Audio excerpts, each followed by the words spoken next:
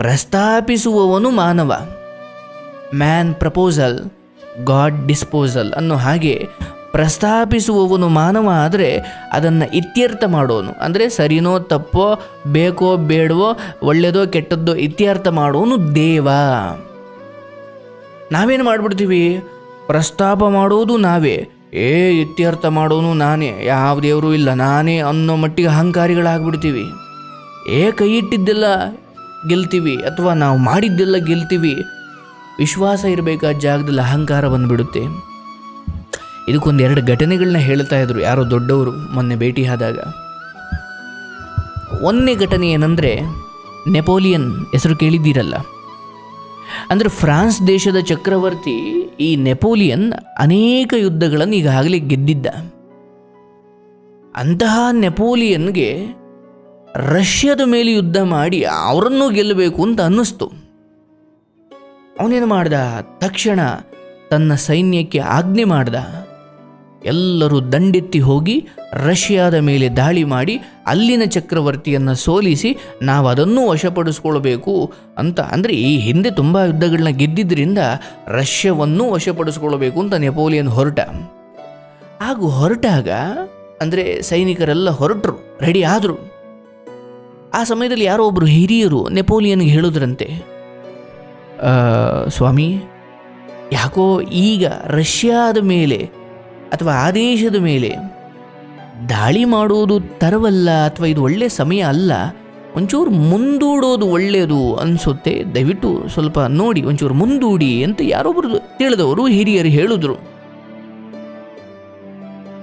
ಆಗ ನೆಪೋಲಿಯನ್ ಹೇಳ್ತಾನೆ,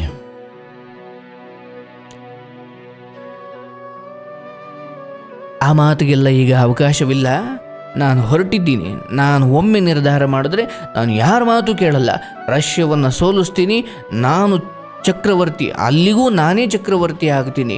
ದೊಡ್ಡವರು ಏನು ಹೇಳಿದ್ರೂ ಕೂಡ ಕೇಳ್ತಾ ಇಲ್ಲ. ನೆಪೋಲಿಯನ್ ಆ ಮಟ್ಟಿಗೆ ಅಹಂಕಾರ ಬಂದುಬಿಟ್ಟಿತ್ತು ಅವನಿಗೆ. ಆಗ ಆ ಹಿರಿಯರು ಇನ್ನೊಂದು ಮಾತು ಹೇಳ್ತಾರೆ, ಸ್ವಾಮಿ, ಒಂದು ಮಾತಿದೆ, ಪ್ರಸ್ತಾಪಿಸುವವನು ಮನುಷ್ಯ ಆದರೆ ಅದನ್ನು ತಿರಸ್ಕರಿಸುವವನು ದೇವರು. ಪ್ರಸ್ತಾಪಿಸುವವನು ದೇವ ಅಂದರೆ ಪ್ರಸ್ತಾಪಿಸುವವನು ಮಾನವ ಆದರೆ ಅದನ್ನು ತಿರಸ್ಕರಿಸುವವನು, ಅದನ್ನು ಇತ್ಯರ್ಥಗೊಳಿಸುವವನು ದೇವ. Man's proposal, God disposal. ಯಾಕೋ ನಮಗೆ ಮಾತು ನೆನಪಾಗ್ತಿದೆ, ಇದರ ಮೇಲೆ ನಿಮ್ಮಿಷ್ಟ ದೊರೆ ಅಂತ ಆ ಹಿರಿಯ ಹೇಳಿ ಸುಮ್ಮನಾದ. ಅದಕ್ಕೆ ನೆಪೋಲಿಯನ್ ಏನು ಹೇಳಬೇಕು, ನಮ್ಮ ಹಿರಣ್ಯಕಶಿಪು ಹೇಳ್ದಂಗೆ, ನಾನೇ ಸರ್ವಶ್ರೇಷ್ಠ, ಯಾವ ವಿಷ್ಣುವೂ ಇಲ್ಲ, ಯಾವ ಹರಿಯೂ ಇಲ್ಲ, ನಾನೇ ಸರ್ವೋತ್ತಮ, ನಾನೇ ಸರ್ವಶ್ರೇಷ್ಠ, ಹಾಗಾಗಿ ಇಂದಿನಿಂದ ಈ ಬ್ರಹ್ಮಾಂಡಕ್ಕೆ ನಾನೇ ಒಡೆಯ ಅಂತ ಹಿರಣ್ಯಕಶಿಪು ಹೇಗೆ ಹೇಳಿದ್ನು ಹಾಗೆ ನೆಪೋಲಿಯನ್ನು ಹೇಳ್ದ. ಅಂದರೆ ಪ್ರಸ್ತಾಪಿಸುವುದು ಮನುಷ್ಯ ಅಂದರೆ ಪ್ರಸ್ತಾಪಿಸುವುದು ಮಾನವ, ಅದನ್ನು ಇತ್ಯರ್ಥಗೊಳಿಸುವುದು ದೇವ ಅನ್ನೋ ಮಾತು ಸುಳ್ಳು. ಪ್ರಸ್ತಾಪಿಸುವ ರಾಜನೂ ನಾನೇ, ಅದನ್ನು ಇತ್ಯರ್ಥಗೊಳಿಸುವ ದೇವನೂ ನಾನೇ, ಯಾವ ದೇವರು ಇಲ್ಲ, ಏನೂ ಇಲ್ಲ, ನಾನು ಹೇಳಿದ್ದೇ ನಡಿಬೇಕು ಅಂತ ರಷ್ಯಾದ ಮೇಲೆ ಹೊರಟುಬಿಟ್ಟ ನೆಪೋಲಿಯನ್. ಇತಿಹಾಸ ಓದಿದಾಗ ಇದೆಲ್ಲ ಗೊತ್ತಾಗುತ್ತೆ. ಹಾಗೆ ರಷ್ಯಾದ ಮೇಲೆ ದಾಳಿ ಮಾಡಿದಾಗ ಕತೆ ಏನಾಯಿತು ಅವೆಲ್ಲ ನೀವು ಓದಿರ್ತೀರಿ. ಹೀನಾಮಾನವಾಗಿ ಸೋತು ಹೋದ ನೆಪೋಲಿಯನ್ನು ಅವನನ್ನು ಕಡೆಗೆ ತಗೊಂಡೋಗಿ ಜೈಲಿಗೆ ಹಾಕಿದ್ರು. ಇದು ಒಂದು ಕತೆ. ಅಂದರೆ ರಷ್ಯಾದ ಮೇಲೆ ದಾಳಿ ಮಾಡ್ತೀನಿ ಅಂತ ಹೊರಟಾಗ ನೆಪೋಲಿಯನ್ಗೆ ತನ್ನ ಹಳೆಯ ಗೆಲುವುಗಳಷ್ಟೇ ನೆನಪಿದ್ದೇ ಹೊರತು ಏನೋ ಒಂಚೂರು ಕಾದು ಹಿರಿಯರ ಮಾತು ಕೇಳೋಣ ಅಥವಾ ಒಂಚೂರು ಆ ರಷ್ಯಾದ ಸೈನ್ಯ ಬಲವನ್ನು ಅವಲೋಕಿಸಿ ಒಂದು ಸರಿಯಾದ ಸಮಯ ನೋಡಿ ದಾಳಿ ಮಾಡೋಣ, ಹಿರಿಯರ ಮಾತು ಒಂಚೂರು ಕೇಳೋಣ, ಹಳೇ ಗೆದ್ದಿರೋ ದಾಖಲೆಯನ್ನು ಇಟ್ಕೊಂಡೆ ನಾನು ಅಹಂಕಾರ ಪಡಬಾರ್ದು, ಇದೇನು ಯೋಚಿಸಲೇ ಇಲ್ಲ. ಮ್ಯಾನ್ಸ್ ಪ್ರಪೋಸಲ್, ಗಾಡ್ ಡಿಸ್ಪೋಸಲ್ ಅನ್ನೋದನ್ನು ಅವನು ನಿರ್ಲಕ್ಷಿಸಿಬಿಟ್ಟ.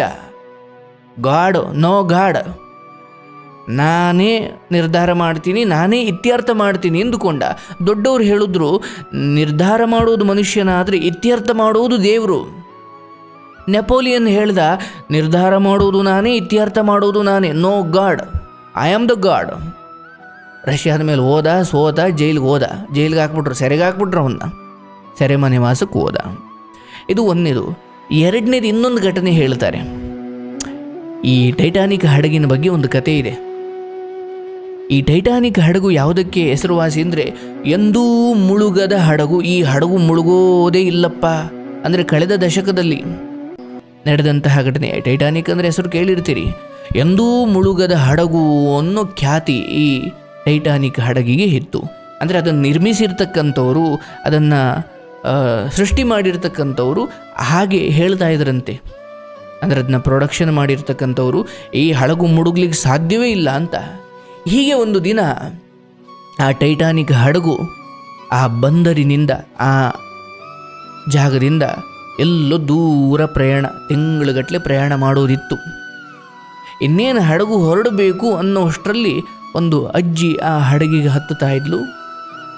ಆ ಅಜ್ಜಿ ಅಂದರೆ ಆ ಹಡಗಿತ್ತಲ್ಲ, ಅತಿ ಆಧುನಿಕವಾದದ್ದು ಮತ್ತು ಬೃಹದಾಕಾರದ ಹಡಗು, ವೇಗದ ಹಡಗು ಅಂತ ಫೇಮಸ್ ಆಗಿತ್ತು ಟೈಟಾನಿಕ್ ಹಡಗು ಅಲ್ವಾ. ಆಧುನಿಕ ತಂತ್ರಜ್ಞಾನ ಇತ್ತು. ತುಂಬ ದೈತ್ಯ ಹಡಗು, ಸಾವಿರಾರು ಜನ ಪ್ರಯಾಣ ಮಾಡಬಹುದಾದ ಹಡಗು ಮತ್ತು ವೇಗವಾಗಿ ಹೋಗುವಂಥ ಹಡಗು. ಇಂಥ ಟೈಟಾನಿಕ್ ಹಡಗಿಗೆ ಹತ್ತುವ ಮುಂಚೆ ಒಂದು ಅಜ್ಜಿ ಆ ಅಧಿಕಾರಿಯನ್ನು ಕೇಳ್ತಾನೆ, ಸ್ವಾಮಿ, ಈ ಹಡಗು ಎಂದೂ ಮುಳುಗದ ಹಡಗು ಅಂತ ಹೇಳ್ತಾರಲ್ವಾ, ಅದು ನಿಜವೇ ಅಂತ ಅಜ್ಜಿ ಕೇಳಿದ್ಲು. ಅಂದರೆ ಬ್ರಿಟಿಷ್ ಅಜ್ಜಿ ಎಂದುಕೊಳ್ಳಿ, ಅಂದರೆ ಹೊರದೇಶದ ಅಜ್ಜಿ. ಟೈಟಾನಿಕ್ ಹಡಗಿಗೆ ಹತ್ತಲಿಕ್ಕೆ ಬಂದಿರೋ ಒಂದು ಅಜ್ಜಿ ಅಲ್ಲಿನ ಅಧಿಕಾರಿಯನ್ನು ಕೇಳ್ತಾಳೆ, ಈ ಹಡಗು ಮುಳುಗೋದೇ ಇಲ್ವಂತ. ಹೌದಾ? ಅಧಿಕಾರಿ ಹೇಳ್ತಾನೆ, ಹೌದಜ್ಜಿ, ಈ ಹಡಗು ಮುಳುಗೋದೇ ಇಲ್ಲ. ದೇವರು ಬಂದರೂ ಕೂಡ ಈ ಹಡಗನ್ನು ಮುಳುಗಿಸೋಕೆ ಸಾಧ್ಯವೇ ಇಲ್ಲ ಅಂತ ಅಂದ. ಹೌದಾ ಅಂದುಕೊಂಡು ಅಜ್ಜಿ ಹಡಗತ್ತದ್ಲು. ಆದರೆ ಆ ಪ್ರಯಾಣ ಶುರುವಾದ 3ನೇ ದಿನ ಅಲ್ಲೊಂದು ಶೀತದ ಗಡ್ಡೆಗೆ ಹಡಗು ಡಿಕ್ಕಿ ಹೊಡೆದು ಸೀಳಿ ಇಬ್ಬಾಗವಾಗೋಯಿತು. ಅದರಲ್ಲಿದ್ದ 1,500ಕ್ಕೂ ಹೆಚ್ಚು ಪ್ರಯಾಣಿಕರು ಜಲಸಮಾಧಿ ಆಗೋದ್ರು. ಆದರೆ ಯಾರೋ ತಿಳಿದವರು ಹೇಳ್ತಾರೆ, ಆ ಅಜ್ಜಿ ಈ ಹಡಗು ಮುಳುಗುತ್ತಾ ಅಂತ ಕೇಳಿದ್ಲಲ್ಲ, ಅಥವಾ ಈ ಹಡಗು ಮುಳುಗೋದೇ ಇಲ್ವಾ ಅಂತ ಕೇಳಿದ್ಲಲ್ಲ, ಆ ಅಜ್ಜಿ ಬದುಕೊಂಡ್ಲಂತೆ. ಆದರೆ ದೇವರು ಬಂದರೂ ಈ ಹಡಗು ಮುಳುಗಿಸೋಕೆ ಸಾಧ್ಯವಿಲ್ಲ ಅಂತ ಯಾರು ಅಧಿಕಾರಿ ಹೇಳಿದ್ನಲ್ಲ, ಅವನು ಸತ್ತೋದ್ನಂತೆ. ಮುಂದೆ ಈ ಘಟನೆ ಲೋಕದಲ್ಲೆಲ್ಲ ಹೆಸರುವಾಸಿಯಾಗುತ್ತೆ. ಟೈಟಾನಿಕ್ ಹಡಗು ಮುಳುಗಿದ್ದು ಒಂದು ದುರಂತ. ಆದರೆ ಈ ಕತೆ ನಮಗೊಂದು ಜೀವನಕ್ಕೆ ಪಾಠ. ಈ ಹಡಗು ಮುಳುಗ್ಲಿಕ್ಕೆ ಸಾಧ್ಯವೇ ಇಲ್ಲ ಅನ್ನೋ ಅತಿಯಾದ ಆತ್ಮವಿಶ್ವಾಸ. 1,500ಕ್ಕೂ ಹೆಚ್ಚು ಜನ ಜಲಸಮಾಧಿ ಆಗೋದ್ರು. ಶೀತದ ಗಡ್ಡೆಗೆ ಡಿಕ್ಕಿ ಹೊಡೆದ ಹಡಗು ಸೀಳಿ ಇಬ್ಬಾಗವಾಯಿತು, ಮುಳುಗೋಯ್ತು. ಈ ಎರಡೂ ಕಥೆಯಲ್ಲಿ ನಾವು ತಿಳ್ಕೊಳ್ಬೇಕು, ನಮಗೆ ನಮ್ಮ ಕೆಲಸಗಳ ಬಗ್ಗೆ, ಸಾಮರ್ಥ್ಯದ ಬಗ್ಗೆ ವಿಶ್ವಾಸ ಇರಬೇಕು. ಆದರೆ ಅದಕ್ಕೂ ಮೀರಿದ ಒಂದು ಶಕ್ತಿ ಇದೆ, ಈ ಬದುಕಿನ ಗತಿಯನ್ನು ನಿಯಂತ್ರಿಸ್ತಾ ಇದೆ. ಅದಕ್ಕೆ ನಾವು ಸದಾ, ಅಪ್ಪ, ನನ್ನ ಬುದ್ಧಿವಂತಿಕೆ, ನನ್ನ ಶಕ್ತಿ, ನನ್ನ ಕೀರ್ತಿ, ನನ್ನ ಹೆಸರುವಾಸಿ, ನನ್ನ ಫಾಲೋವರ್ಸು, ನನ್ನ ಸಬ್ಸ್ಕ್ರೈಬರ್ಸು, ಅಥವಾ ನನ್ನ ಹಣ, ಆಸ್ತಿ, ಅಂತಸ್ತು, ನಾನು ಫೇಮಸ್ಸು, ಇವೆಲ್ಲವನ್ನು ಮೀರಿ ನಮ್ಮನ್ನೆಲ್ಲ ಮುನ್ನಡೆಸೋನೊಬ್ಬ ಇದ್ದಾನೆ. ಅವನನ್ನು ನಾನು ತಲೆಯಲ್ಲಿಟ್ಟುಕೊಂಡು ಸದಾ ಅವನಿಗೆ ನಾನು ಶರಣಾಗಿ ಬದುಕಬೇಕೆ ಹೊರತು ನಾವು ನಮ್ಮ ಅಹಂಕಾರದಲ್ಲಿ ಬದುಕ್ತಾ ಹೋದರೆ ಮುಳುಗೋಗ್ಬಿಡ್ತೀವಿ, ಟೈಟಾನಿಕ್ ಹಡಗು ಥರ. ಹಾಗಾಗಿ ನಾವು ನಮ್ಮ ಜೀವನದಲ್ಲಿ ಈ ಘಟನೆಯನ್ನು ನೆನ್ಪಿಟ್ಕೊಳ್ಬೇಕು. ನೆಪೋಲಿಯನ್ ಥರ ನಾನು ಹಿಂದೆ ತುಂಬ ಜನರನ್ನು ಸೋಲಿಸಿದ್ದೀನಿ, ಇವರನ್ನು ನಾನು ಸೋಲಿಸ್ಬಿಡ್ತೀನಿ ಅಂತ ಅಂದುಕೊಂಡು ಅಹಂಕಾರ ಬೀಳಬಾರ್ದು. ಟೈಟಾನಿಕ್ ಹಡಗು ಮುಳುಗೋದೇ ಇಲ್ಲ ಅಂತ ಹೇಳಿದ್ರು, ಅಥವಾ ಎಲ್ಲ ಹಾಗೆ ಅಂದುಕೊಂಡಿದ್ದರು. ಅದು ಒಂದು ದಿವಸ ಮುಳುಗಿತು. ಬದುಕು ಹಾಗೆ.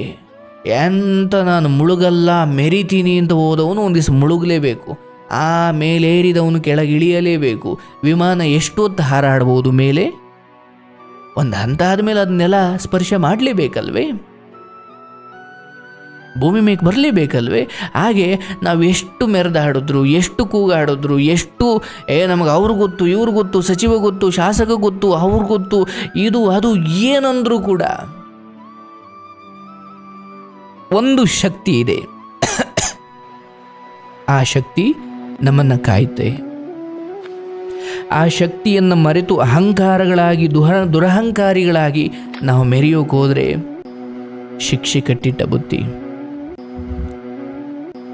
ಹಾಗಾಗಿ ಬಂಧುಗಳೇ, ಈ ಕಥೆಯಿಂದ ನಾವು ಅರ್ಥ ಮಾಡಿಕೊಳ್ಳೋಣ, ಯಾವತ್ತೂ ಕೂಡ ಅಹಂಕಾರಗಳಾಗಿ ನಾವಿನ್ನೊಬ್ಬರಿಗೆ ತೊಂದರೆ ಕೊಡಬಾರ್ದು. ಅತಿಯಾದ ಆತ್ಮವಿಶ್ವಾಸದಲ್ಲಿ ಧರ್ಮಕರ್ಮವನ್ನು ಮರೆತು ಬದುಕಬಾರ್ದು. ಟೈಟಾನಿಕ್ ಹಡಗು ಮುಳುಗದಂಗೆ ಈ ಬದುಕಿನ ಭವಸಾಗರದಲ್ಲಿ, ಬದುಕೆಂಬ ಈ ಸಾಗರದಲ್ಲಿ ನಮ್ಮ ಹಡಗು ಕೂಡ ಮುಳುಗಿಬಿಡುತ್ತೆ. ಹಂಗೆ ಮುಳುಗಬಾರ್ದು ಅಂದರೆ ಆ ಪರಮಾತ್ಮನೆಂಬ ಅವನನ್ನು ಆಶ್ರಯ ಮಾಡಿ, ಭಗವಂತನನ್ನು ಆಶ್ರಯಿಸಿ, ಅಪ್ಪ ಹೆಂಗಾದರೂ ದಡ ಮುಟ್ಟಿಸ್ಬಿಡಪ್ಪ, ಮಧ್ಯದಲ್ಲಿ ಮುಳುಗಿಸ್ಬೇಡಪ್ಪ. ಸಜ್ಜನರ ಸಹವಾಸ ಮಾಡ್ತಾ, ಒಳ್ಳೆ ವಿಚಾರಗಳನ್ನ ಕೇಳ್ತಾ, ನಮ್ಮ ಕಾಯಕವನ್ನು ಶ್ರದ್ಧೆಯಿಂದ ಮಾಡ್ತಾ, ಅದರಲ್ಲೇ ಭಗವಂತನನ್ನು ಕಾಣ್ತಾ, ಹಿರಿಯರು ಕಿರಿಯರು ಸಾಧು ಸಜ್ಜನರು ಮಹಾತ್ಮರ ದರ್ಶನ ಮಾಡ್ತಾ, ಅಪ್ಪ ನನ್ನನ್ನು ದಡ ಸೇರಿಸ್ಬಿಡಪ್ಪ, ಅರ್ಧದಲ್ಲಿ ಮುಳುಗಿಸ್ಬೇಡಪ್ಪ ಅಂತ ಕೇಳ್ಕೊಳ್ತಾ ನಾವು ದಡ ತಲುಪಬೇಕೆ ಹೊರತು ತೀರಾ ಧರ್ಮಕರ್ಮವನ್ನು ಮರೆತು ಕೈ ನಡೀತಾ ಇದೆ, ದುಡ್ಡಿದೆ, ಆಸ್ತಿ ಅಂತಸ್ತಿದೆ, ಕೀರ್ತಿ ಇದೆ, ಅಧಿಕಾರ ಇದೆ ಅಂದ್ಕೊಂಡು ಮೆರೆಯೋಕೆ ಹೋದರೆ ಅರ್ಧದಲ್ಲಿ ಮುಳುಗೋಗ್ತೀಯ, ದಡ ತಲುಪೋದೇ ಇಲ್ಲ. ಹಂಗಾಗಬಾರ್ದು ಅಂತ ದೊಡ್ಡವರು ಇದನ್ನೆಲ್ಲ ಹೇಳ್ತಾರಲ್ವ.